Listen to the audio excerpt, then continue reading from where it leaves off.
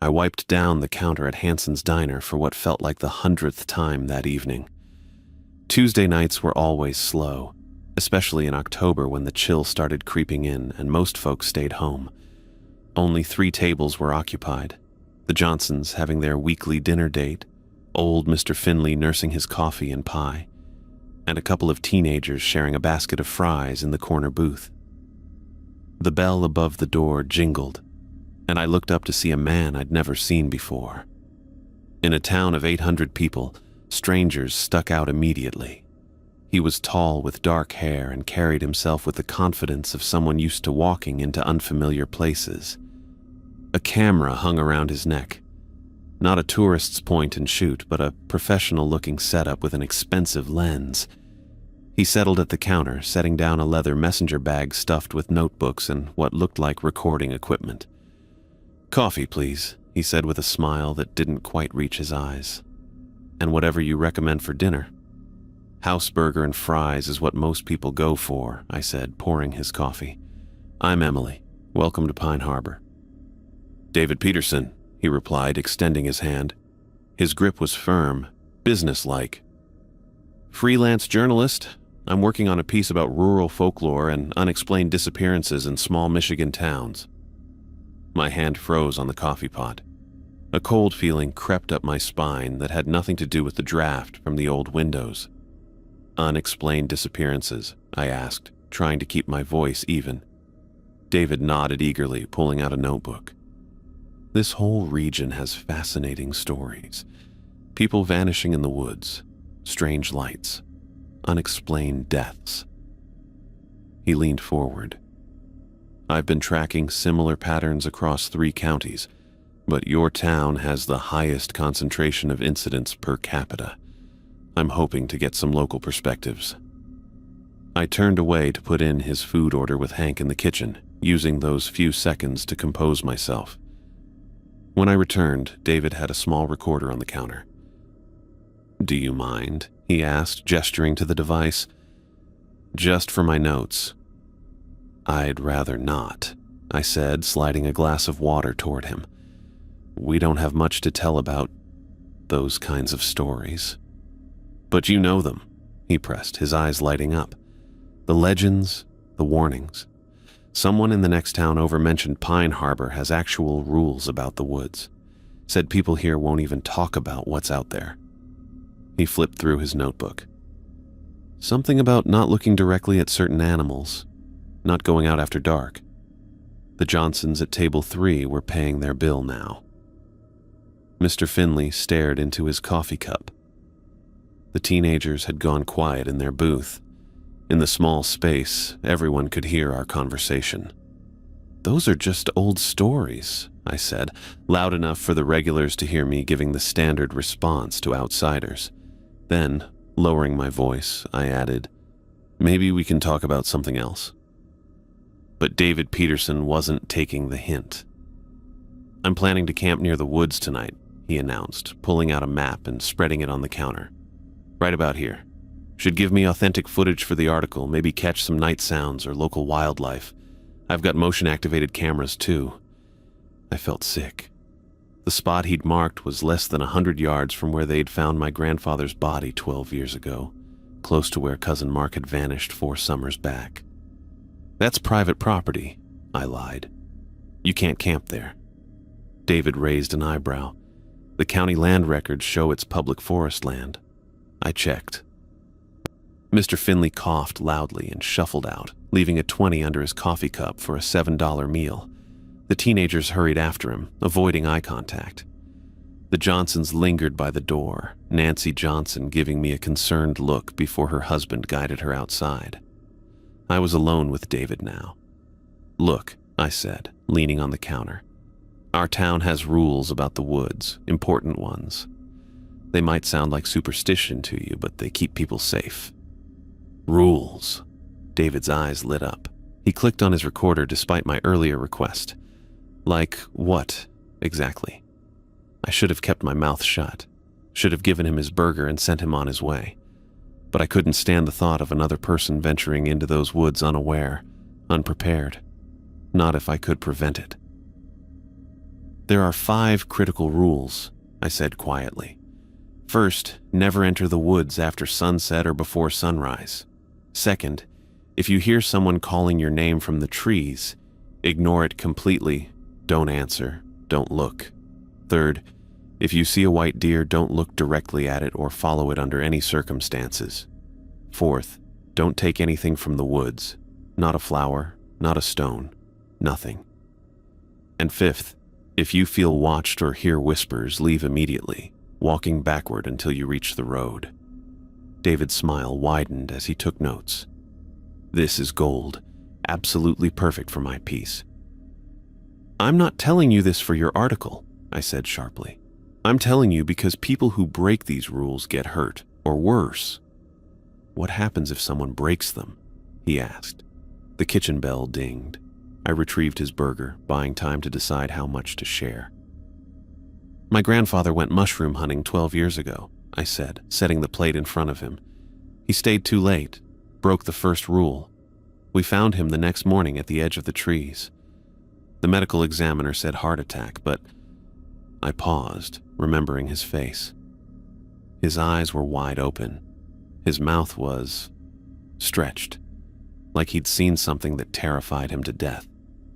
David took a bite of his burger, chewing thoughtfully. Stress-induced cardiac event, not uncommon in elderly people experiencing fear. He was 58 and ran 5 miles every morning, I countered. 4 years ago, my cousin Mark went in on a dare at night. He took a flashlight and his phone to record himself breaking all 5 rules. We never found his body. Just his phone with 10 minutes of footage showing nothing but trees, then static. David was typing notes into his phone now, his food half forgotten. Memory corruption is common in electronic devices exposed to extreme temperatures or moisture, and people get lost in woods all the time. Not these woods, I insisted. They're only 8 square miles. We had search parties for weeks. Dogs, helicopters with thermal imaging. Nothing. Which makes it even more interesting to investigate, David said, his voice rising with excitement. Don't you want to know what really happened to your family members? What if there's a rational explanation that's been overlooked? There isn't. Every unexplained phenomenon has a logical cause. Hallucinations from wild mushrooms, gas pockets causing disorientation, infrasound from wind patterns causing anxiety and paranoia. He counted theories on his fingers. Even animals behaving strangely due to environmental factors. I watched him eat. This stranger who thought he understood our woods after reading some articles and county records, who thought our generations of knowledge were just stories to debunk for his readers. In fact, he continued between bites, I'm planning to document myself breaking each rule systematically. Controlled experiments to show what actually happens. My stomach dropped. You can't be serious. Completely serious. That's authentic journalism, experiencing it firsthand. I'll start by entering at sunset with cameras rolling. Call out to any voices I hear, approach any wildlife I see. I might even collect some specimens. He smiled. By demonstrating nothing happens when the rules are broken, I can explore the psychological and sociological reasons why these beliefs persist. I'd seen this before. The confident outsider, certain they knew better than locals. Usually they left with nothing worse than embarrassment when their rational explanations fell apart. But not if they deliberately broke all 5 rules. Not if they went looking for what lived among the trees. Let me offer you a room at my family's bed and breakfast, I said. It's just off Main Street, clean, comfortable, and you can interview more locals tomorrow. Better material than camping alone. Thanks, but I need to camp for the authentic experience, David said, pushing his empty plate away. The article's angle is Night in the Haunted Woods, facing fears, exploring the psychology of local legends firsthand. The wall clock showed 8:50, 10 minutes until closing. At least take my number, I said, scribbling it on his receipt. If you change your mind or need anything. David tucked the paper into his pocket with a patronizing smile. I appreciate your concern, but I'll be fine. These stories, they serve a purpose. They keep children from wandering too far, maintain community cohesion through shared beliefs, preserve private hunting grounds by scaring off outsiders. I've seen it all before. He paid his bill, leaving a decent tip, and packed up his equipment. I walked him to the door, making one last attempt. The rules exist for a reason, I said. People who ignore them miss out on understanding the truth behind the legends, he finished for me. Don't worry, Emily. I promise my article will treat your town's traditions with respect, even while exploring the factual basis behind them. I watched him load his gear into a silver SUV with rental plates. The sun was already setting, casting long shadows across the parking lot. In less than an hour, it would be fully dark. Be careful, I called as he climbed into the driver's seat. Please. David waved cheerfully and pulled away, turning toward the woods road. I stood in the doorway until his taillights disappeared around the bend. A heavy feeling settled in my chest. Guilt mixed with helplessness. I couldn't force him to stay away, couldn't make him believe. But I knew what waited in those woods after dark, and I knew I wouldn't sleep tonight. I closed up Hanson's Diner at 9 on the dot, my mind stuck on David Peterson and his foolish plan to camp in the woods. The thought of him deliberately breaking the rules made my stomach twist into knots. Most visitors were skeptical about our warnings, but they usually stayed away from the woods after dark. They didn't go looking for trouble. After locking up, I drove home to my small rental on Maple Street, a white farmhouse-style cottage that had belonged to my grandmother before she passed. I tried calling David's number that I'd glimpsed on his receipt, but it went straight to voicemail. The mechanical voice told me the mailbox was full. David, it's Emily from the diner, I said after the tone. Please call me back. Don't stay in those woods tonight. I knew my message would likely go unheard. The cell reception near the forest edge was spotty at best, non-existent at worst. That's what we told ourselves anyway. The truth was that phones often stopped working altogether once the sun went down. I took a shower and got ready for bed, going through the motions while my mind raced. The bedside clock read 11:30 when I finally slid under the covers, but sleep wouldn't come.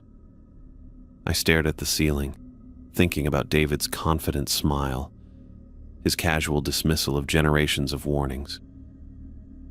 What if I'd been more forceful? What if I'd followed him? Maybe I could have convinced him to stay at the bed and breakfast instead, or called Robert, our sheriff, to run him out of town on some trumped-up trespassing charge. But I'd done none of those things. I'd let him drive away with nothing but a written phone number and a half-hearted warning. At 1 a.m, I gave up pretending I might sleep. I paced the bedroom floor, checking my phone every few minutes for missed calls or messages. Nothing. The house creaked and settled around me, familiar sounds that usually brought comfort. Tonight, they felt like warnings. I made tea, stared at the television without really seeing it, and checked the clock again. 2:17 in the morning. I considered driving out to the campsite, but immediately dismissed the idea. Breaking the first rule to save someone from breaking the rules wouldn't help either of us. The roads near the forest weren't safe after dark, even inside a vehicle. The stories my grandmother told me as a child came flooding back. Drivers who saw strange lights and followed them off the road, never to return. People who thought they saw a loved one standing among the trees and stopped to help them. No, I needed to wait for dawn. The longest hours of my life stretched ahead. At 3, I heard it. My name, whispered softly from outside my window. Emily. I froze in my living room, teacup halfway to my lips. Emily, come see. The voice was familiar and yet wrong somehow, like someone trying to mimic a voice they'd only heard once. I set my cup down carefully and moved away from the windows. Emily, we found something beautiful in the trees. I pulled all the curtains tighter, making sure no gaps remained. Rule number 2, if you hear someone calling your name from the trees, ignore it completely. Don't you want to know what happened to Mark? He's here with us." My cousin's name in that voice made me clench my fists so hard my nails cut into my palms. I turned on the radio to drown out the whispers, settling on an old classic rock station playing songs my grandfather used to love. The whispers continued intermittently for almost an hour before falling silent. I knew what it meant. David's presence in the woods had stirred things up, broken the fragile balance that kept our town safe. The whispers rarely came this close to town, rarely called to those who followed the rules. I didn't turn off the radio until 5:30. When I finally did, the silence felt heavy with expectation. At the first hint of dawn, 6:02 according to my phone, I grabbed my keys and headed for my truck. The sky was just beginning to lighten, painting the clouds in shades of pink and gold. Morning was the safest time to approach the woods, old wisdom said. Whatever lurked there retreated deepest as the sun rose. I followed the same road David had taken the previous evening, turning onto the narrow dirt path that led to the public forest land. His silver rental SUV was parked where the trail began, untouched as far as I could tell. I pulled in behind it and shut off my engine. The campsite wasn't hard to find. About 100 yards from the parking area, just within sight of the deeper woods, but not past the invisible boundary locals knew to observe. David had pitched a small dome tent in a clearing and set up what looked like an elaborate camera system on tripods around the perimeter. The tent flap was open, sleeping bag empty inside. "David," I called, my voice sounding too loud in the morning stillness. Birds chirped overhead, a normal sound that somehow made everything else feel more wrong. His equipment lay scattered, some cameras knocked over, a notebook open on a camp table with half-finished notes. His fancy digital recorder sat beside it, the red recording light still blinking. I picked it up carefully and pressed play. "This is David Peterson, reporting from the supposedly haunted woods of Pine Harbor, Michigan." His voice came through clearly, confident and slightly mocking. "It's now 9:45 p.m., and I'm about to begin systematically testing the 5 rules the locals insist will protect me from." He chuckled. "Well, whatever they think lives in these woods." A pause, then the sound of movement. Rule number 1 states never enter the woods after sunset. As you can see, well, here, since it's just audio now, I'm walking into the tree line at night. Temperature is dropping slightly, but nothing unusual for October in Michigan. More footsteps, leaves crunching. I've set up motion-activated cameras throughout this area. If anything moves out here tonight, I'll catch it. Now for rule number 2. According to local lore, if I hear someone calling my name, I should ignore it. He raised his voice. "Hello? Anyone out there want to call my name?" Silence on the recording. Then David's laugh. Not surprisingly, the trees aren't talking back. Moving on to... Then, so faint I nearly missed it, a whisper. "David." He didn't seem to notice. Rule number 3 warns against looking directly at white deer. I haven't seen any wildlife yet, but it's early. Typical white-tailed deer are active at dawn and dusk, so... "David." The whisper came again, louder. This time he paused. "Hello? Is someone there?" "David, come see who's there." His voice had lost some of its confidence. "This is private property. I have permission to be here." A lie, I knew. He had no permission beyond the public access laws. "David, look at us." "Who's us?" "Show yourselves." Footsteps again, faster now. If this is some local trying to scare off the outsider, it won't work. I'm a journalist. I don't frighten easily. A sound came through the speaker then. Not quite laughter, not quite whispers, but something in between that made my skin crawl. "Fascinating," David said, his journalistic detachment returning. "Some kind of audio phenomenon. Could be wind through the trees, creating sounds that mimic human speech patterns. I've documented similar effects in caves with unusual acoustic properties. The recording continued with him moving deeper, theorizing about infrasound and auditory hallucinations triggered by suggestion. Then came a sharp intake of breath. There's something. I see movement between the trees. Approximately 30 yards ahead. Could be a deer. The coloring appears, yes, it's white. Fascinating. I'm going to approach slowly and get footage. No, I thought. That's rule number 3.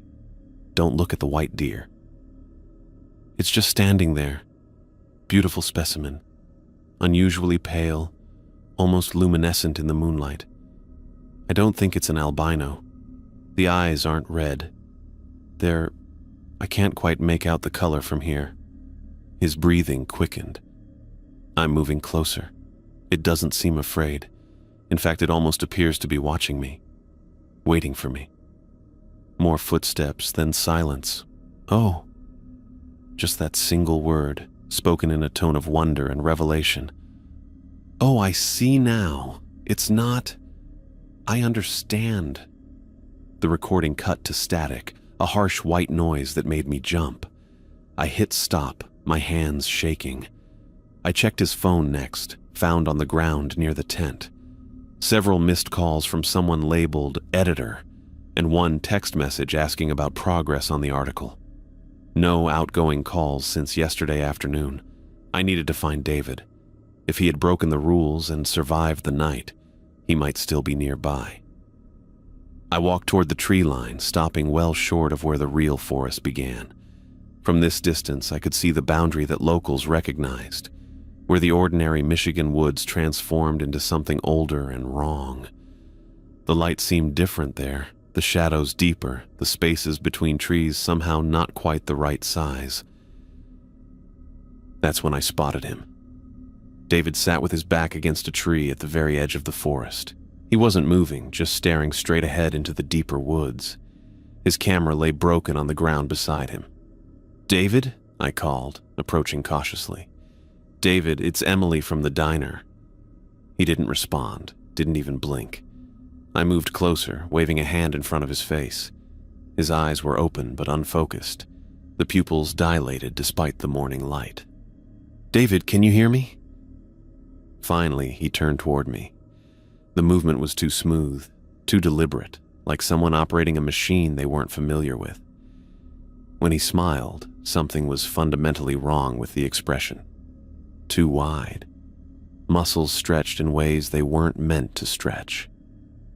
"Emily," he said, his voice flat and slightly distorted. "Why are you worried about someone who didn't respect the rules?" A chill ran through me. The words were formed with David's voice, but the cadence was all wrong, like someone else speaking through him.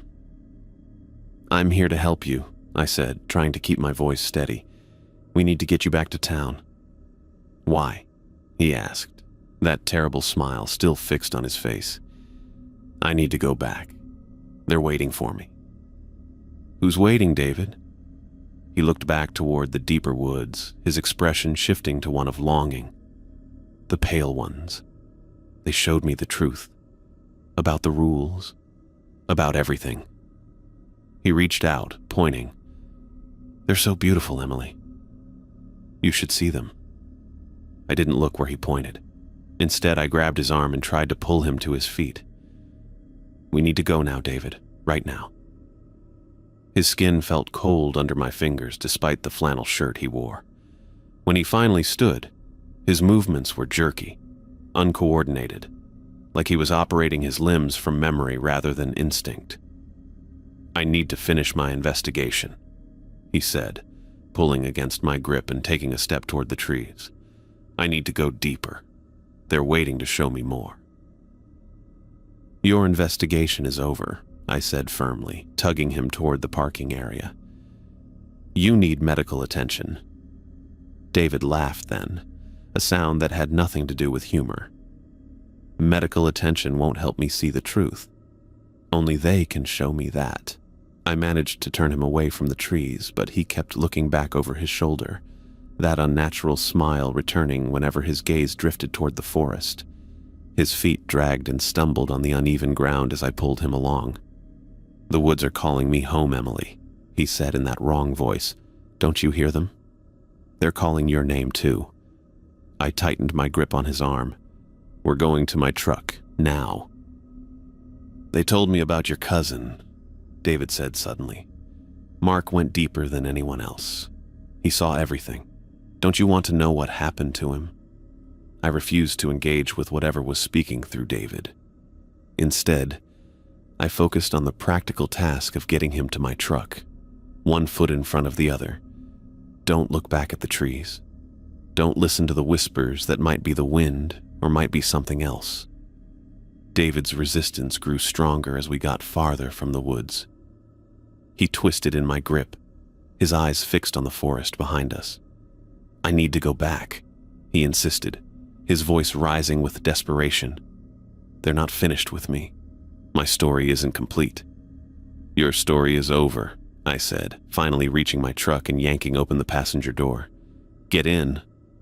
He tried to pull away, but I maintained my grip on his arm. Whatever had happened to him in those woods had affected his mind, but not his physical strength.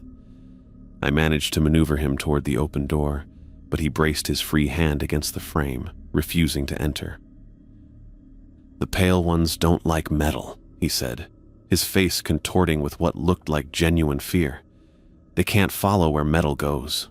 That, at least, aligned with the old stories, iron and silver, the traditional wards against the forest dwellers. My truck, with its steel frame, would provide some protection if I could just get him inside. "David," I said, looking directly into his eyes, "you need to get in the truck now." Something flickered behind his eyes, a moment of clarity perhaps, or the real David fighting to surface. His resistance wavered, and I seized the opportunity to push him into the passenger seat. He sat rigidly, hands gripping his knees, that unnatural smile gone now as he stared straight ahead. I slammed his door and hurried around to the driver's side, half expecting him to bolt. But when I got in, he remained motionless, though his breathing had accelerated. "They're angry," he whispered as I started the engine. "They wanted me to stay, to become like them." I threw the truck into reverse, backing away from the campsite and David's abandoned equipment. We'd need to send someone to retrieve it later, someone who knew the rules and had the proper protections. As we pulled away, David pressed his face against the passenger window, staring at the tree line with naked longing. I kept my eyes on the dirt road ahead, focusing on getting us back to town where Robert Mitchell would know what to do. David had looked at something in those woods during the night, something that wasn't supposed to be seen, and whatever had looked back at him hadn't finished its work yet. I gripped the steering wheel of my truck so tightly my knuckles turned white as I drove away from the woods. David sat unnaturally still beside me, his head twisted toward the passenger window, eyes fixed on the trees growing smaller behind us. The morning light should have felt reassuring, but the air inside the cab felt wrong, too cold, too heavy. "They're watching us leave," David whispered, his breath fogging the glass. "They don't like it when someone takes what belongs to them." I kept my eyes on the dirt road, forcing myself to concentrate on the ruts and potholes rather than his words. "You don't belong to anything in those woods, David."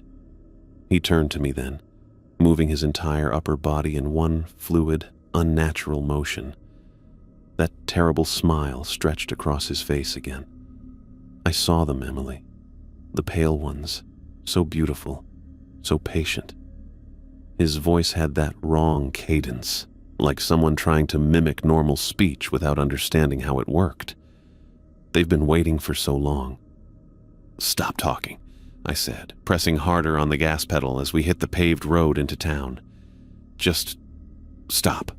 David laughed, a hollow sound that didn't match the movement of his face. "They showed me what happened to your cousin, what happened to all the others who came too close. They showed me what will happen to everyone in Pine Harbor eventually." I switched on the radio, turning the volume up to drown him out. An old Bruce Springsteen song filled the cab, but David kept talking, his words just audible beneath the music. The rules don't protect you. They just delay the inevitable. His hand shot out suddenly, gripping my arm with ice-cold fingers. You should have let me stay. They're angry now. They'll come looking. I yanked my arm away. We'll be in town in 5 minutes. Robert will know what to do. David's smile widened at the mention of the sheriff's name. Robert Mitchell, the protector, the one with the silver bullets. He pressed his face against the window again. Do you think Silver will stop what's coming now? The 10-minute drive to town felt like hours. By the time I pulled up in front of the sheriff's office on Main Street, David had cycled between eerie stillness, manic rambling about the Pale Ones, and periods of struggling against his seatbelt, trying to open the door and return to the woods. I parked directly in front of the building's steps and cut the engine. Wait here, I told him, knowing it was pointless. Whatever was left of David Peterson wouldn't follow instructions. I ran inside, finding Robert at his desk reviewing paperwork. He looked up, immediately alert at my expression. What's happened? He asked, already standing and reaching for his jacket. David Peterson, the journalist I told you about yesterday. The words tumbled out in a rush. He camped in the woods last night, broke the rules. All of them, I think. I found him this morning and he's wrong. Robert's weathered face turned grim. He pulled open his desk drawer and removed his service weapon, checking it before holstering it. Then he reached deeper into the drawer and pulled out something else, a small leather pouch that I knew contained blessed silver bullets. Where is he? Robert asked, his voice calm but urgent. In my truck, right outside. We hurried out, but my stomach dropped when I saw the empty passenger seat. The door hung open and David was nowhere in sight. Damn it, I muttered, scanning the street. There, Robert pointed. David stood in the middle of Main Street, face tilted up toward the morning sun, that terrible smile still fixed on his face. As we approached, he slowly lowered his head to look at us. Sheriff Mitchell, he said, his voice carrying unnaturally in the quiet morning air. The man with the silver, the one who keeps the town safe. Robert stepped forward cautiously. Mr. Peterson, I need you to come inside with us now. David cocked his head at an uncomfortable angle. They told me about you, about what you did 10 years ago when the hunters went too deep. He stepped closer, moving with that same wrong fluidity. Did you really think those men were lost? That their bodies were never found because of wolves? Robert's face remained impassive, but I saw his hand move subtly toward his holster. Emily, get on the other side of him. I circled wide, positioning myself behind David while Robert kept his attention. The few early morning shoppers and workers along Main Street quickly crossed to the other side, giving us a wide berth. Pine Harbor residents knew when something wasn't right. Let's get inside, Robert said to David, gesturing toward the sheriff's office. We can talk there. To my surprise, David nodded and allowed us to guide him into the building. Once inside, Robert locked the door and pulled the blinds shut. Sit down, Mr. Peterson, he said, pointing to a chair in the corner of his office.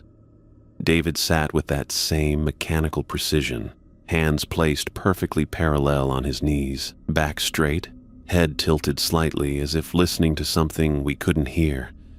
Up close in the office lighting, I could see his skin had taken on a grayish tinge, and his eyes held an emptiness that made my skin crawl.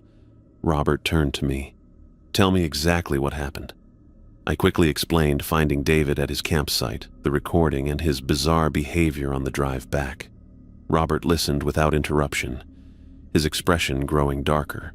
When I finished, he picked up his phone and dialed a number from memory. Nancy, it's Robert. Call an emergency town meeting. Community Center, 10 o'clock. He paused, listening.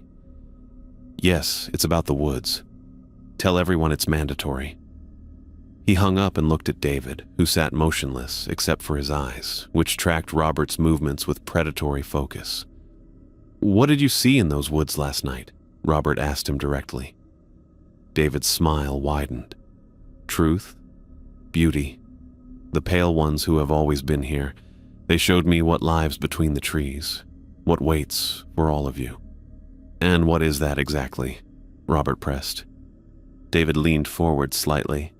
The end of your rules, the end of your town. His voice dropped to a whisper. They're hungry after waiting so long. Robert's jaw tightened. He turned to me. We need to secure him somewhere safe until we figure this out. The cell in back will work for now. Together, we managed to move David to the small holding cell behind the office. He didn't resist physically, but he kept talking in that wrong voice the entire time, describing the pale ones and how beautiful they were when they showed their true forms. You'll see them soon, he told us as Robert locked the cell door. Everyone will see them. You can't hide behind your rules anymore. We left him there, still smiling, still watching us with empty eyes.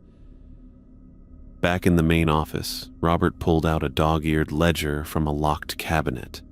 I recognized it immediately. The town record, where incidents involving the woods were documented going back generations. How bad is it? I asked quietly. Robert flipped through pages of cramped handwriting. Bad. We haven't had someone break all 5 rules deliberately in decades, not since your cousin. This is my fault, I said, the guilt I'd been suppressing rushing to the surface. I should have stopped him, called you last night when he first mentioned camping there. Robert shook his head. You tried to warn him. Some people can't be warned. He looked up from the ledger. But you're right that we have a serious situation now. Whatever he encountered out there has been disturbed. Awakened, maybe. What do? We warn everyone. Reinforce the protections, and we keep a close eye on the woods for the next few days. He closed the ledger. For now, I need you to help me prepare for the meeting. People will have questions. The next 2 hours passed in a blur of phone calls and preparations. Robert contacted key community members. The mayor, Dr. Harrison from the clinic, Pastor Williams, and the elders who knew the old ways best. I helped gather the protective supplies we might need, bags of salt, iron nails, blessed silver items, and copies of the protection rituals my grandmother had passed down to me. By 9:45, the community center was filling with concerned residents. People spoke in hushed tones, eyes darting nervously toward the windows. They knew an emergency meeting meant trouble from the woods. Robert stood at the front of the room beside Mayor Thompson. I sat in the front row, the weight of responsibility heavy on my shoulders. If I'd been more forceful with David, perhaps none of this would be happening. At precisely 10 o'clock, Robert called the meeting to order. The room fell silent immediately. I know you're all wondering why we've called you here, he began, his deep voice carrying easily through the space. Last night, a visitor to our town deliberately broke all 5 rules in the woods. A collective gasp went through the room, followed by murmurs of alarm. The visitor's name is David Peterson, a journalist writing a story about local legends. He's currently in custody, but he's... Robert paused, searching for the right words. He's been affected by what he encountered. I watched the faces of my neighbors and friends as Robert explained the situation. Fear, yes, but also resignation. The look of people who had lived with this threat for generations and knew exactly what it meant. The immediate concern is containment, Robert continued. We need to reinforce the standard protections around all homes and businesses. Salt lines at doors and windows, iron nails above entryways, the usual precautions, but doubled. Mayor Thompson stepped forward. School will be canceled for the rest of the week. No one under 18 leaves home without an adult. No one, and I mean no one, goes near the woods until further notice. As they outlined the emergency procedures, a commotion from the back of the room caught my attention. David, who should have been secured in the sheriff's cell, stood swaying in the doorway. His eyes were completely black now, his smile stretched impossibly wide. Before anyone could react, he began screaming, a high, inhuman sound that made everyone cover their ears. Robert moved with surprising speed, rushing toward David as he collapsed to the floor, his body convulsing violently. Foam flecked his lips, and his limbs twisted at impossible angles. "Get back!" Robert shouted to the crowd as they pushed away from David's thrashing form. "Dr. Harrison!" The doctor rushed forward with Robert, both kneeling beside David as his body arched off the floor. The screaming had stopped, replaced by a series of clicking sounds that seemed to come from deep in his throat. "How did he get out of the cell?" I asked as I joined them. "He didn't," came a voice from the doorway. Deputy Clark stood there, keys in hand. "I just checked. The cell is still locked, empty, but locked." A chill ran through me. That wasn't possible. David's body gave one final violent spasm, then went completely still. Dr. Harrison checked his pulse, their face grim. "He's alive, but barely. We need to get him to the clinic." As they prepared to move him, Mrs. Henley, who lived closest to the forest edge, stood up suddenly. "The deer," she said, her voice shaking. "There are white deer at the tree line, dozens of them, just standing there watching the town." Several others rushed to the windows. I followed, my heart pounding. They were right. In broad daylight, a time when the white deer never appeared, a line of them stood perfectly still at the edge of the distant woods, their unnaturally pale forms clearly visible even from this distance.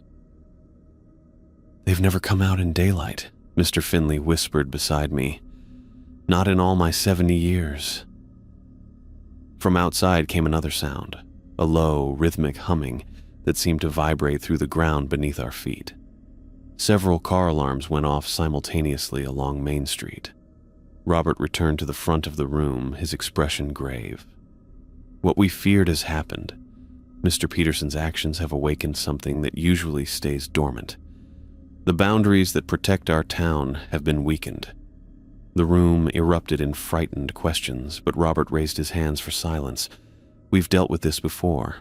Not in my lifetime or yours, but our ancestors recorded what to do." He nodded toward me. "Emily has the old protection rituals her grandmother preserved. We'll start implementing them immediately." I felt dozens of eyes turn toward me, and my throat went dry. The responsibility felt overwhelming. I had studied my grandmother's books, yes, but I'd never had to use the strongest protections, never faced a threat this direct. "The rituals will work," I said, trying to project confidence I didn't feel.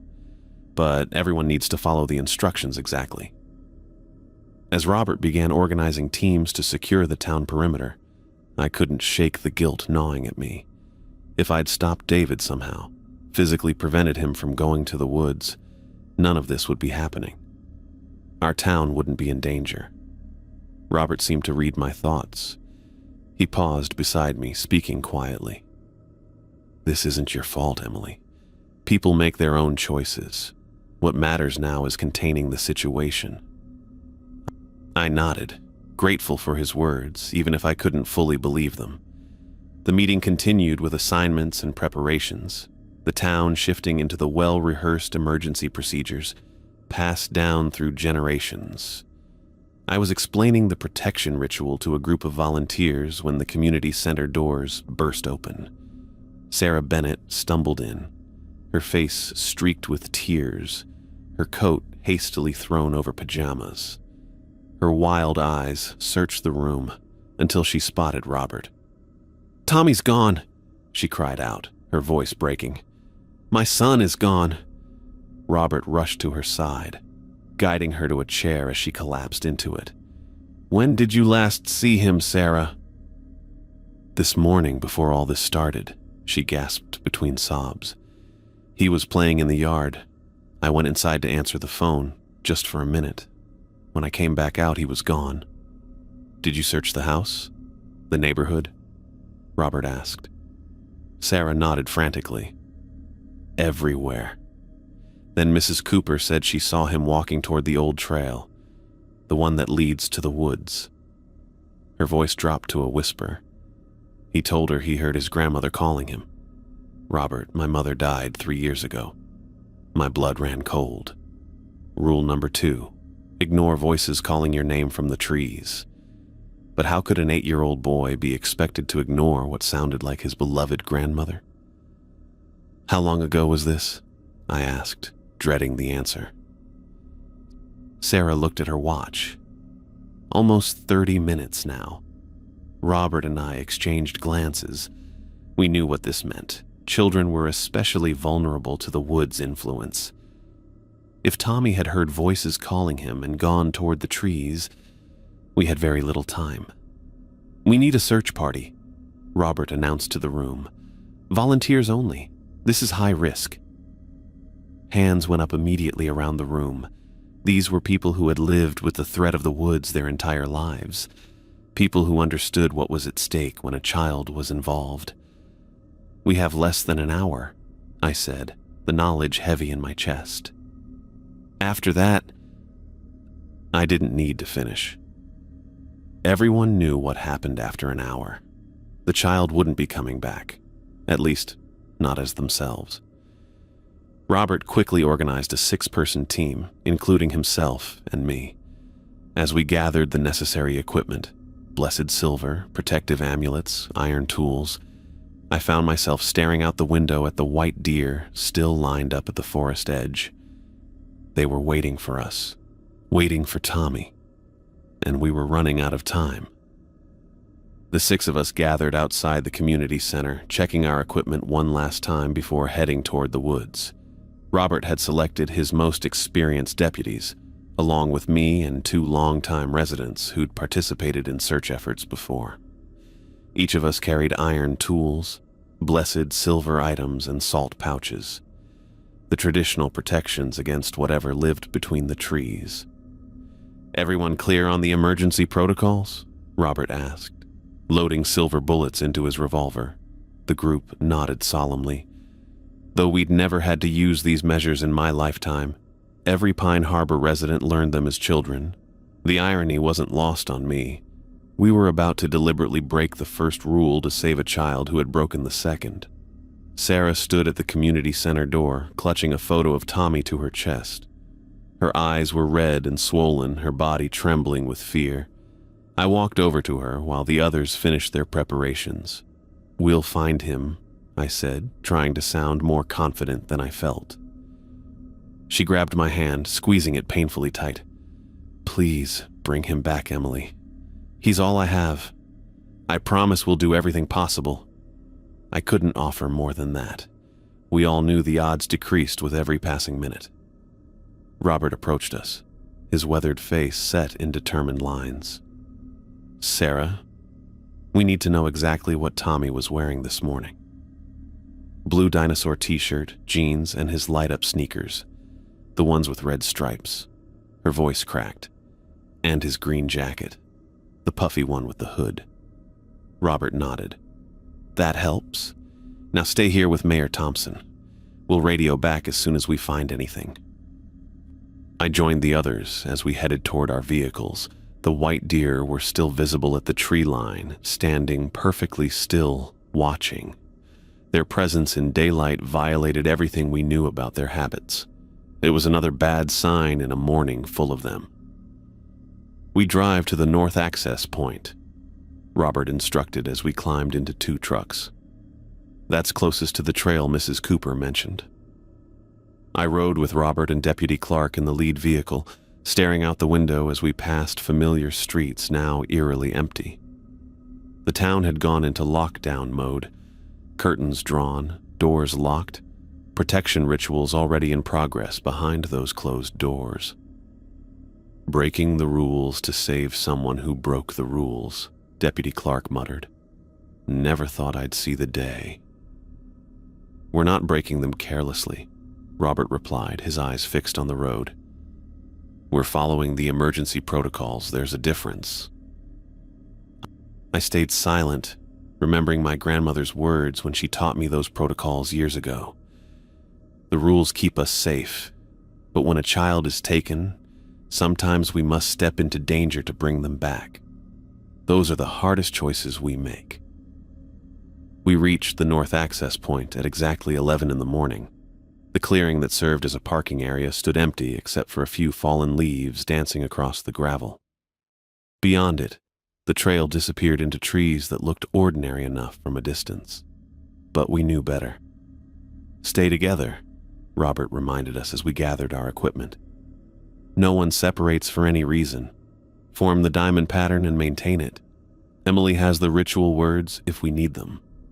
I checked my pocket where I'd placed a small leather-bound book containing the protection rituals my grandmother had transcribed from her own grandmother's teachings. The paper felt warm against my fingers, almost alive with the power of generations who had faced these woods before us. We arranged ourselves in the diamond formation, Robert at point, me second, the others creating a protective shape with clear sight lines between us. With a final nod from our sheriff, we crossed the invisible boundary and entered the woods. The temperature dropped immediately, despite the mid-morning sun that should have warmed the autumn air. Our breath formed small clouds in front of our faces, and the sounds of the normal world, distant cars, bird calls, the hum of civilization, faded into silence. "Tommy!" Robert called out, his voice strangely muffled as if the trees absorbed the sound. "Tommy Bennett!" We moved forward carefully, staying in formation, eyes scanning the ground for tracks while avoiding looking directly at anything that moved between the trees. And things were moving. Pale shapes glimpsed only in peripheral vision, slipping from trunk to trunk, watching us. "Focus on the trail," Robert reminded us. "Nothing else matters but finding the boy." About 5 minutes in, I spotted them. Small footprints in the soft earth, the distinctive pattern of light-up sneakers with their characteristic rectangular treads. "Here," I called softly, pointing. Tommy came this way. The prints headed deeper into the woods, away from the established trail and toward areas few Pine Harbor residents would ever venture. Robert knelt to examine them. "Recent," he confirmed. "No more than an hour old." We adjusted our course to follow the footprints, maintaining our diamond formation even as the path narrowed. The white deer began appearing more frequently now, standing motionless between distant trees. I kept my eyes down, focusing only on Tommy's tracks and the few feet of forest floor ahead of me. Then the voices started. "Emily." The sound came from somewhere to my left, a perfect imitation of my grandmother's voice. "Emily, I need your help over here." I ignored it completely, just as we'd all been taught. The others heard their own names too. I could tell by the tension in their shoulders, the way their steps briefly faltered before continuing forward. "Deputy Williams, your daughter is hurt," came a child's voice from the right. "Don't engage," Robert reminded us without turning. "Whatever you hear, it's not real." The footprints led us to a small stream that cut through the forest floor. Here, Tommy's trail became confused. The prints circled the area multiple times before heading north, parallel to the water. "He was disoriented," I said quietly. "Or something was leading him in circles." "Listen," Deputy Clark whispered. We all fell silent. At first I heard nothing but the gentle gurgle of the stream. Then it came, the faint sound of a child crying somewhere ahead of us. "Tommy?" Robert called, his voice tight with controlled urgency. The crying stopped immediately, replaced by a soft giggle that raised the hair on my arms. "That's not right," Mr. Finley muttered, one of the volunteers who'd joined us. "That doesn't sound like a child."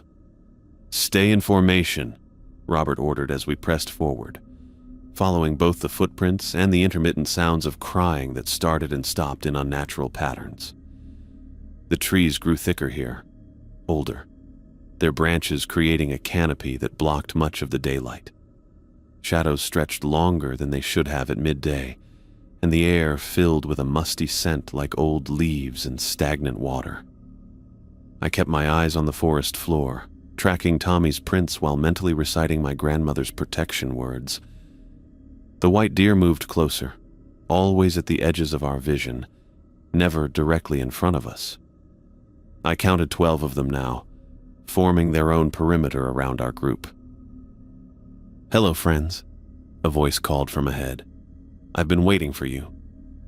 I knew that voice, though it sounded wrong, flatter somehow, with strange pauses between words. Looking up cautiously, I saw David Peterson standing about 20 yards ahead on the path. But this wasn't the David I'd brought back from the woods earlier.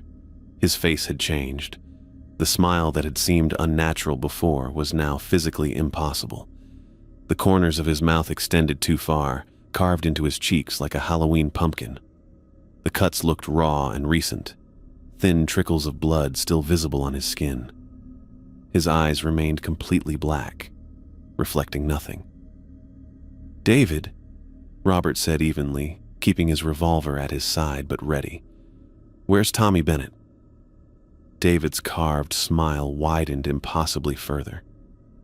He's seeing the truth now, the beauty I discovered. He moved toward us with that same wrong fluidity I'd noticed earlier. "You should all see it too. The pale ones want to welcome you." "Stay back," Robert warned, raising his weapon. "We're here for the boy, nothing else." David stopped, cocking his head at that same uncomfortable angle. "But they're curious about you, Sheriff, about all of you, especially Emily." He turned those black eyes toward me. "They remember your family, your grandfather, your cousin Mark." I forced myself to look only at his chest, not his face or the trees around him. "Where's Tommy?" I asked, my voice steadier than I expected. David laughed, a hollow sound that seemed to come from everywhere and nowhere. "Following his grandmother. She's showing him things no living person has seen." He gestured behind him. "I can take you to him, all of you. There's room for everyone among the pale ones." "He's trying to separate us," Robert murmured. "Stay in formation." We began moving forward again, giving David a wide berth. He pivoted unnaturally to watch us pass, that carved smile never changing. "You're going the right way," he called after us. "Just remember to look up when you find him. It's beautiful in the canopy. That's where they like to wait." I shivered but kept moving, focusing on Tommy's tracks, which had become more direct now, as if he'd found something specific to follow. David fell in behind our group, maintaining a distance of about 10 yards. I could feel him watching us, hear his footsteps that never quite matched the rhythm a human walk should make. "They whisper such wonderful secrets," he said conversationally, as if we were all out for a pleasant nature walk. "About what they are, where they came from, what they want." "Ignore him," Robert instructed, though the tension in his voice betrayed his own unease. We pressed deeper into the woods, the light growing dimmer despite the midday hour. Tommy's tracks remained clear. Too clear, I realized, as if he wanted to be followed, or something wanted us to follow. A clearing appeared ahead, perfectly circular in a way natural forest openings rarely are. The tracks led directly to its center. As we approached the edge, I saw him. Tommy Bennett stood perfectly still in the middle of the clearing, his small frame rigid, head tilted back to stare at something high in the tree canopy. His green jacket was smudged with dirt, but he appeared physically unharmed. "Tommy," I called softly, fighting the urge to run to him. The rules of formation protected us all. The boy didn't respond, didn't move a muscle. He remained transfixed by whatever he saw above. Robert signaled for us to maintain position as we cautiously entered the clearing, keeping our formation intact. The white deer had completely surrounded the open space now, still and silent among the trees. "Tommy Bennett," Robert called, his voice firm but gentle. "Your mother sent us to bring you home." Slowly, terribly, the boy began to turn. His movements had that same wrong fluidity I'd seen in David, too smooth, too controlled for a child. When he faced us, my heart sank. His expression was blank, empty in exactly the same way David's had been when I found him. But worse, the corners of his mouth had begun to stretch, just slightly, the first hints of that carved smile forming on his 8-year-old face. "He hears his grandmother," David said from the edge of the clearing. "She's telling him the most wonderful stories up there." He pointed toward the canopy. "You should all look, just for a moment. Then you'll understand." "Don't look up," I warned the others, keeping my eyes fixed firmly on Tommy. "Whatever happens, don't look up." I stepped forward carefully, maintaining my position in our protective formation, but trying to get closer to the boy. "Tommy, we need to take you back to your mom. She's very worried about you." Tommy's head tilted at an unnatural angle, his eyes unfocused. "Grandma wants me to stay," he said in a flat voice. "She says I can live in the trees with her now." "That's not your grandmother, Tommy," I said gently. "Your real grandmother loved you very much, but she's gone now. Whatever you're hearing isn't her." A cold wind swept through the clearing, causing the trees around us to sway and creak. The white deer stepped closer, no longer content to wait at the perimeter. "They're getting impatient," David said, his carved smile stretching wider. "They've been patient for so long, waiting for the rules to be broken, waiting for someone to invite them in. And now the child has done it." Robert raised his revolver, aiming it skyward.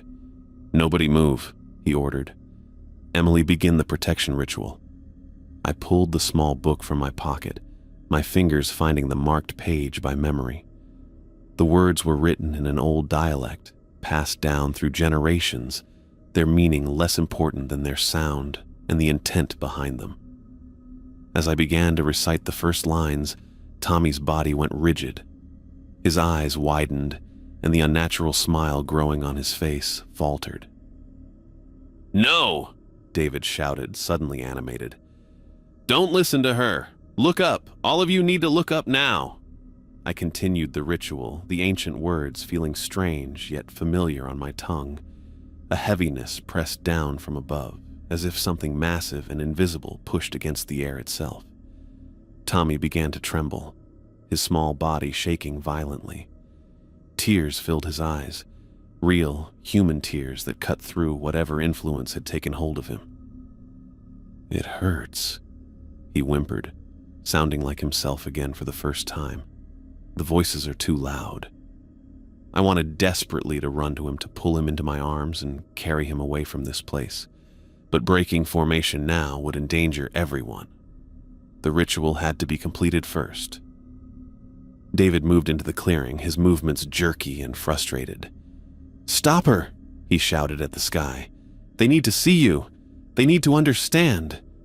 The air grew colder, thick with a pressure that made breathing difficult. The white deer began to move, circling the clearing with increasing speed. "Almost there." Robert encouraged me as I continued reciting, my voice growing stronger with each line. Tommy fell to his knees, his hands pressed against his ears. "Make them stop," he cried. "I want my mom." As I spoke the final words of the protection ritual, Robert fired a silver bullet into the air above the clearing. The sound was impossibly loud, shattering the unnatural silence of the woods. The effect was immediate. The white deer froze, then scattered in all directions. The pressure lifted, and the clearing brightened as if a dark cloud had passed from in front of the sun. David screamed, a sound of pure rage that contained nothing human. His body convulsed, the carved smile cracking at the edges, fresh blood trailing down his cheeks. "Now!" Robert shouted. "Get the boy!" I broke formation and ran to Tommy, who collapsed into my arms, sobbing against my shoulder. His body felt ice cold, but the blank expression had left his face, and the unnatural smile had receded, leaving only the normal face of a frightened child. "I got you," I whispered, lifting him easily. He was so small, so vulnerable. "We're taking you home." Robert and the others reformed around us, creating a protective circle with Tommy and me at the center. David had fallen to his knees at the edge of the clearing, still screaming that terrible scream as black fluid leaked from his eyes. "Move out," Robert ordered. "Same way we came in. Don't stop for anything." We backed out of the clearing, keeping our eyes away from both the canopy and David's convulsing form. Tommy clung to me, his face buried against my neck, small body trembling. "Don't let go of me," he whispered. "I won't," I promised, holding him tighter as we retreated through the trees. The way back seemed shorter somehow, as if the woods themselves were eager to expel us now that we'd reclaimed what had been taken.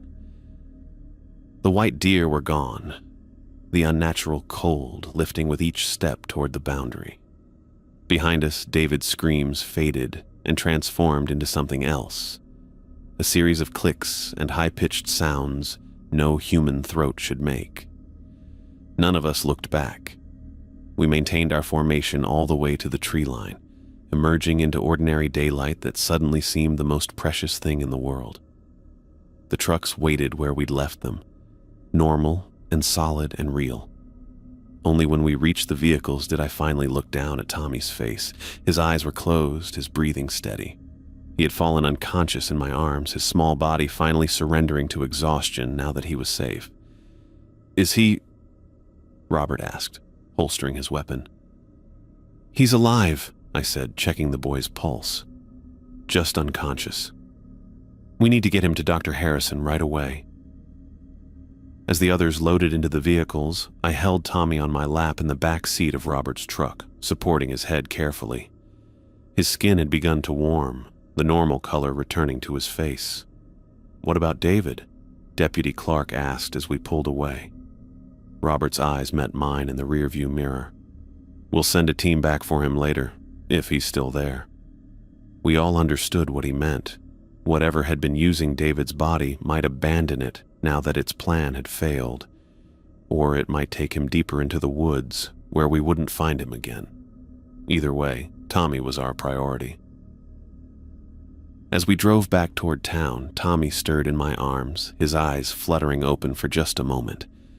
"The Pale people," he murmured, half asleep. "They wanted me to stay with them forever." "You're safe now," I told him, smoothing his hair back from his forehead. "We're taking you home to your mom." He nodded slightly before slipping back into unconsciousness, his small hand gripping my jacket as if afraid I might disappear. Looking out the window at the normal world passing by, houses, telephone poles, mailboxes, I felt the weight of what had just happened settle over me. We had saved Tommy, yes, but at what cost? The rules had been broken, the boundaries weakened, and whatever lived in those woods had revealed itself more directly than it had in generations. Robert caught my eye again in the mirror. "You did good back there, Emily. That ritual saved him." I nodded, thinking of my grandmother and all she had taught me. "The Pale ones aren't finished," I said quietly, making sure Tommy couldn't hear. "Today was just the beginning." "I know," Robert replied grimly. "But for now, we got the boy back. That's what matters." I held Tommy closer as we drove through the silent streets of Pine Harbor, wondering what would come next for our town, and for the child who had seen things no 8-year-old should ever have to see. I held Tommy close to my chest, his small body trembling against mine. His eyes were beginning to flutter open, consciousness returning at the worst possible moment. My instincts took over. I immediately pressed his face against my shoulder, shielding his eyes. "Don't look, Tommy," I whispered. "Keep your eyes closed no matter what." Robert signaled to the others, and they moved swiftly to form a protective circle around us. Deputy Clark stood at my back while Mr. Finley and the others positioned themselves at equal distances, creating a human barrier between us and the threats lurking in the woods. "We need to move," Robert said, his voice tight with urgency. Before we could take a step, David's figure appeared at the edge of the clearing. He moved with that terrible fluid grace, each step too smooth, too measured to be human. The carved smile on his face had widened since I'd last looked, stretching impossibly far across his cheeks. Fresh blood trickled from the corners. bright red against his pale skin. "You can't leave yet," David said, his voice carrying an unnatural echo. "They want to welcome you properly. All of you." He gestured upward with a jerky motion. "Just look up. See their beauty. Understand what waits for everyone in Pine Harbor." Tommy whimpered against my shoulder, his small fingers digging into my jacket. "I won't let anything hurt you," I promised him softly. David took another step forward. Robert raised his revolver in warning. "The pale ones don't fear your silver, Sheriff." David laughed, the sound wrong and hollow. "They've been here longer than your bullets, longer than your town, longer than your rules." I adjusted my hold on Tommy, keeping one hand firmly over his eyes. The small leather-bound book of protection rituals felt heavy in my pocket. My grandmother's voice seemed to echo in my mind. When all else fails, the words remain. The words have power they cannot take. I began to recite the protection ritual, not the simple version we'd used earlier, but the complete verses my grandmother had insisted I memorize despite their complexity. Ancient words passed down through generations of Pine Harbor women, spoken in a dialect that predated the town itself. "Whose voice is that?" Tommy whispered against my neck. "It sounds like singing." "Just focus on my voice," I told him between verses. "Nothing else matters." As the words flowed, the air around us changed. It grew dense and frigid, pressing against us from all sides. Dark shadows moved between the trees, not the natural shifting of light and branches, but purposeful movements circling our group like predators. David's carved smile twisted in frustration. "Stop her!" he shouted toward the canopy. "She's using the old words." Something invisible pushed against my mind, a pressure that made my thoughts fuzzy and sluggish. An overwhelming urge to look up at the tree canopy swept through me. My neck muscles tensed, trying to tilt my head back against my will. "Don't look up," Robert reminded us all, his voice cutting through the mental fog. "Nobody looks up, no matter what you hear or feel." The pressure intensified. I stumbled slightly but kept reciting, the ancient words rolling off my tongue with increasing power. Tommy felt heavier in my arms, as if something were trying to pull him away from me. David stepped closer, his movements now jerky and agitated. "They're waiting for you. They want to show you everything they showed me." He pointed upward again. "The truth is just above you. All you have to do is look." Robert aimed his revolver skyward and fired a blessed silver bullet into the canopy. The sound cracked through the clearing like thunder, and the whispers that had been building around us transformed instantly into high-pitched shrieks of rage. The shadows between the trees writhed violently. "You've angered them," David hissed, his voice suddenly less human than before. "Now they'll take you all." I continued the ritual, my voice growing stronger with each phrase. Tommy pressed closer against me, his body shaking with fear. David's body began to convulse. He jerked and twitched, his head snapping back at an impossible angle. The carved smile on his face cracked at the edges, fresh blood streaming down his cheeks as his skin split further. "We need to move now," Robert ordered. "Maintain formation. Emily, keep the boy covered and keep reciting." We began to back away from the clearing, step by careful step. I kept my eyes firmly on Tommy's face, refusing to look at anything else. His eyes were squeezed shut, tears leaking from beneath his lashes. "Is that my grandma talking?" Tommy asked in a small voice. I can hear her again. "It's not your grandma," I told him firmly. "Don't listen to anything but my voice." The invisible pressure against my mind grew stronger as we retreated. I felt phantom hands plucking at my clothes, trying to slow my steps, trying to turn my body back toward the clearing. The air filled with whispers promising secrets, knowledge, reunion with lost loved ones. If only we would look up. If only we would stay. I recited louder, drowning out the whispers with my grandmother's words. As we neared the edge of the clearing, they finally showed themselves. Pale figures stepped out from behind the trees, translucent beings with elongated limbs and hollow eyes that seemed to pull light into them rather than reflect it. Their movements were fluid yet wrong, like watching water flow uphill. They reached toward us with arms that stretched too far, fingers too long and jointed in too many places.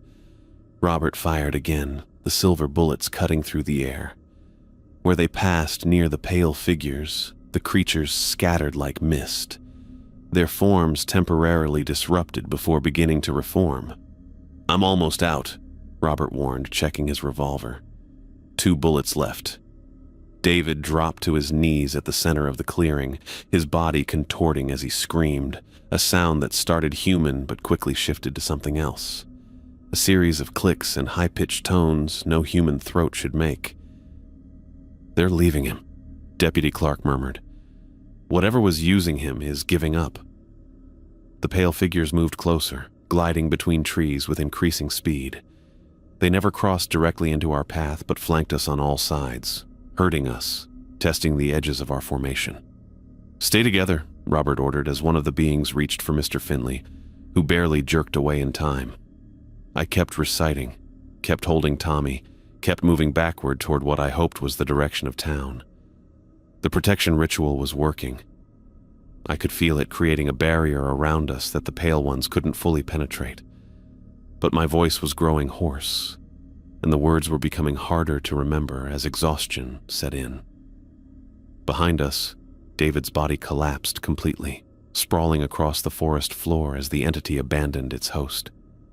His final human scream echoed through the trees, followed by silence. The pale figures surged forward at once, their forms coalescing into a wall of translucent white. Robert fired his last 2 bullets, scattering them just enough to create an opening. "Run!" he shouted. "Straight for the tree line! Don't stop! Don't look back!" Our careful formation dissolved as we sprinted through the momentary gap. I clutched Tommy tightly against my chest, my legs pumping beneath me as I ran faster than I thought possible while carrying a child. His face remained buried against my neck, his eyes still firmly closed. Cold fingers brushed against my back, sending ice through my veins. I didn't look. I kept running, kept reciting what I could remember of the ritual between gasping breaths. The trees thinned, sunlight breaking through more frequently. The pressure in my mind began to ease, the whispers fading. Behind us I heard movements, rapid, unnatural sounds of pursuit, but they grew fainter with each yard we covered. We burst through the tree line into blessed ordinary daylight. I didn't stop. None of us stopped. We ran across the parking area to the trucks, scrambling inside as Robert started the engine. "Town Square," he ordered, slamming the vehicle into drive. "Direct route. No stops." I cradled Tommy in the back seat, finally allowing myself to look down at his face. He was unconscious again, his features peaceful in a way that suggested simple exhaustion rather than supernatural influence. The unnatural beginnings of a carved smile had completely faded from his face. As we sped down the road toward town, I checked repeatedly over my shoulder, half expecting to see pale figures emerging from the tree line. But the forest remained still, at least to ordinary sight. "Did we lose David?" Deputy Clark asked from the front passenger seat. "He was already lost," Robert answered grimly. "Whatever we brought back this morning wasn't him anymore. Not really." I nodded, remembering the moment in the clearing when David's body had collapsed. The entity abandoned him. I don't know if there's anything left. We drove through the deserted streets of Pine Harbor, residents peering nervously from behind curtained windows as our vehicles passed. No one had ventured outside despite the daytime hour. They sensed the danger, even from a distance. Robert pulled up to the town square, stopping directly in front of the community center where anxious faces pressed against the windows. Tommy remained unconscious in my arms, his breathing steady but his skin still too cool to the touch. The community center doors burst open and Sarah Bennett ran toward us, her face streaked with tears. As she reached for her son, I carefully transferred his small form into her waiting arms. "Is he okay?" she asked, her voice breaking as she clutched him close. "He's alive," I told her. "We got to him in time." As the others gathered around us in the town square, I looked back toward the distant line of trees visible on the horizon. For a moment, I thought I saw pale shapes moving at the edge of the forest, watching us, waiting. But when I blinked, they were gone, leaving me to wonder if they had ever truly been there at all. Dr. Harrison's hands moved methodically over Tommy's small body as Robert and I watched from the doorway of the examination room. The boy remained unconscious, his breathing steady, but his skin still cooler than it should have been. Sarah hovered at the bedside, her fingers intertwined with her son's limp hand, eyes never leaving his face.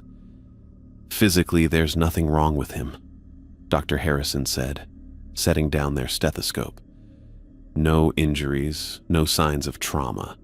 His temperature is slightly below normal, but not dangerously so." "But why isn't he waking up?" Sarah's voice cracked with fear. Dr. Harrison adjusted Tommy's blanket with gentle hands. The mind protects itself, especially in children. Whatever he experienced in those woods. They paused, looking at me with knowing eyes. His brain is giving itself time to process, or perhaps to forget. I stood awkwardly in the doorway, still dusty and disheveled from our rescue mission. The memory of the pale figures reaching for us with their 2 long fingers made me shiver despite the clinic's warmth. I wanted nothing more than to go home, shower, and try to forget what I'd seen. But I couldn't leave. Not until I knew Tommy would be okay. "You should get some rest," Robert told me quietly. "You've done enough today." I shook my head. "I want to stay until he wakes up." Robert didn't argue. He understood what it meant to feel responsible in Pine Harbor. "I need to organize a team to look for David," he said instead. "Call me the minute anything changes." After he left, I took a seat in the hard plastic chair next to Sarah. She barely seemed to notice me, her entire being focused on her son. The examination room fell into silence, broken only by the steady beep of the heart monitor Dr. Harrison had attached, just as a precaution. "He's going to be okay," I said after several minutes, not sure if I was reassuring Sarah or myself. She turned to me then, her eyes red-rimmed but dry. "What happened out there? What did those things want with my son?" I hesitated, unsure how much to share. The pale ones were something we acknowledged without discussing in detail, a threat we prepared for without naming. But Sarah deserved to know what had nearly taken her child. "They're drawn to innocence," I explained, keeping my voice low though we were alone in the room. "Children can hear them more easily because they haven't learned not to listen yet. They called to Tommy using your mother's voice because they knew he would follow." "But why? What do they want?" I looked at Tommy's peaceful face. "To add to their numbers, to grow stronger. They've been in those woods since before Pine Harbor existed, waiting for us to forget the rules, to stop believing." Sarah's hand tightened around her son's. "And the ritual you performed, the one Robert said saved him? My grandmother taught it to me. Her grandmother taught her, and so on, back through generations of Pine Harbor women. The words create a barrier the pale ones can't cross, at least not easily." "Thank you," Sarah whispered, reaching for my hand with her free one. "If you hadn't been there..." I squeezed her fingers. But I was. We all were. The clinic settled into afternoon quietness around us. Dr. Harrison checked in periodically, but mostly left us alone with Tommy. I must have dozed off at some point because I woke to Robert's hand on my shoulder, his face grim in the fading daylight. "We found David," he said. I blinked sleep from my eyes. Where? At the edge of the woods, just sitting there staring at nothing. The carved smile is gone, but he shook his head. There's nothing left of him in there, Emily. Whatever was using him is gone, and it took everything that made him David with it. I thought of the confident journalist who'd sat at my counter just 2 days ago, so certain he could prove the supernatural didn't exist. What will happen to him? Dr. Harrison sedated him for now. We'll transfer him to the psychiatric facility in Grand Rapids tomorrow. His editor has been notified. The irony was bitter. David had come looking for a story about small-town superstitions, and now he would spend the rest of his life institutionalized, his mind shattered by the very things he'd sought to debunk. His editor will probably think he had some kind of breakdown, I said, that he got lost in the woods and his mind couldn't handle it. Robert nodded. Better that way. No one would believe the truth. As the sun began to set, casting long shadows through the clinic windows, Tommy finally stirred. His eyelids fluttered, then opened. He looked confused, blinking up at the ceiling tiles. "Mom?" His voice was small but clear. Sarah leaned forward with a strangled sob. "I'm here, baby. You're safe now." Tommy looked around the room, his gaze passing over me without recognition. Why am I in the doctor's office? Did I get sick? Sarah and I exchanged glances. "You don't remember what happened?" she asked gently. Tommy's forehead wrinkled in concentration. "I was playing in the yard, and then..." He shook his head. "I don't know. My head feels fuzzy." Dr. Harrison entered at that moment, summoned by the change in Tommy's heart monitor. After a quick examination, they pronounced him remarkably recovered and suggested he could go home after a light meal and some observation. "He really doesn't remember anything?" I asked Dr. Harrison quietly, while Sarah helped Tommy sit up and drink some water. "It's not uncommon with traumatic experiences," they explained, "especially in children.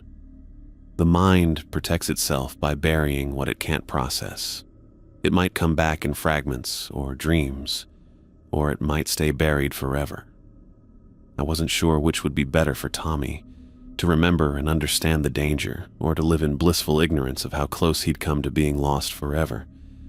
While Sarah helped Tommy eat some soup the clinic nurse had brought, I stepped outside to call Robert. The evening air felt impossibly normal after everything that had happened.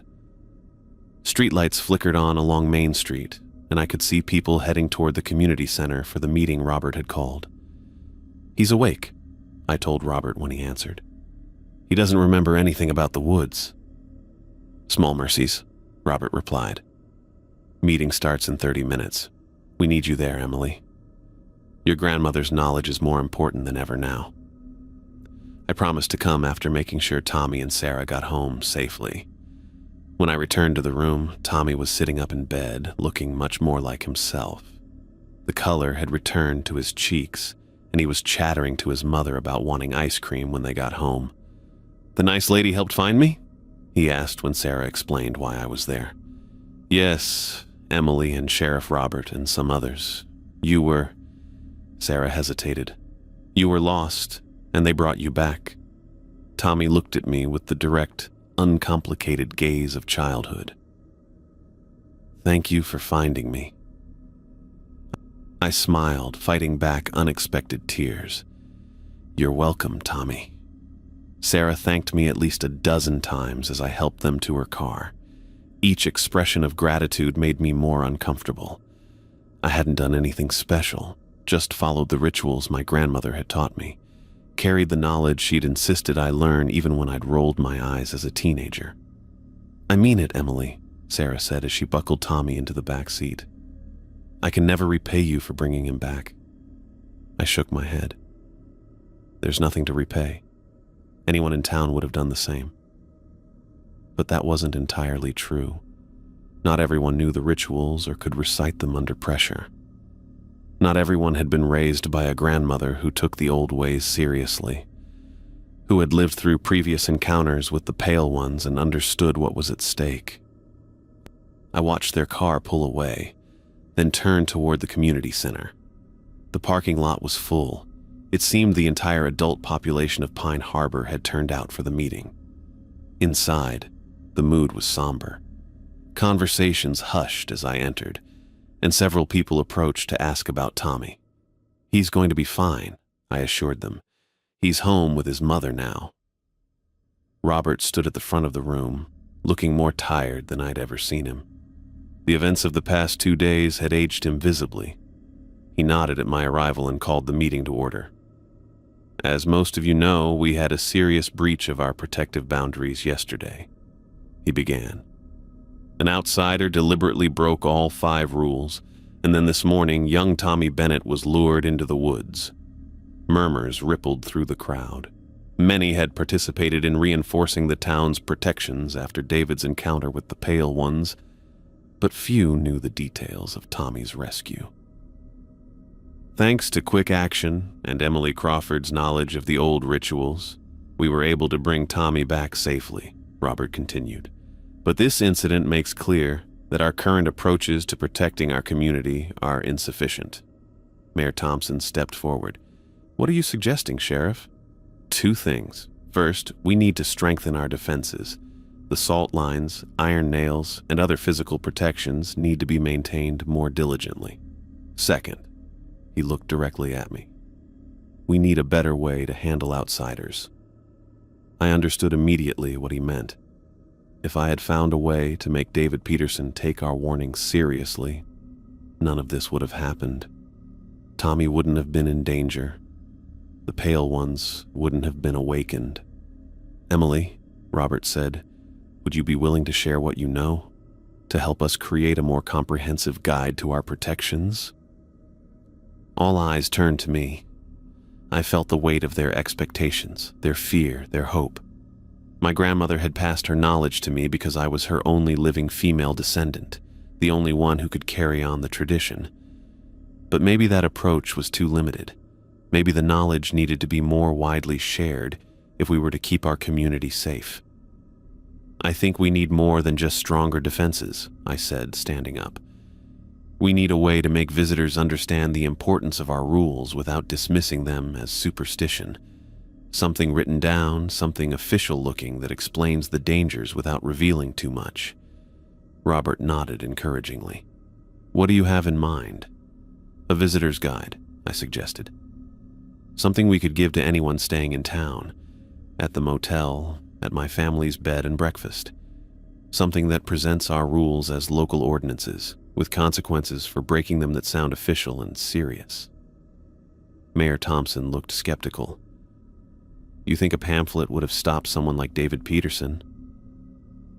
"Maybe not," I admitted, "but it would give us documentation to point to. It would make our warnings seem less like folklore and more like law." The discussion continued for over an hour. Plans were made, committees formed. Mrs. Henley would coordinate the reinforcement of physical protections. Mr. Finley would work with the town council to draft official-sounding language for the visitor's guide.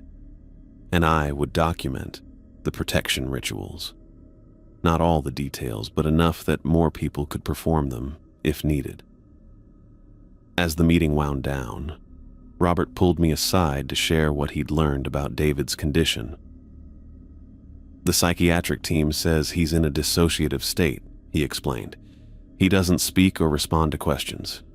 The only thing he does is draw. The same image over and over." "Let me guess," I said.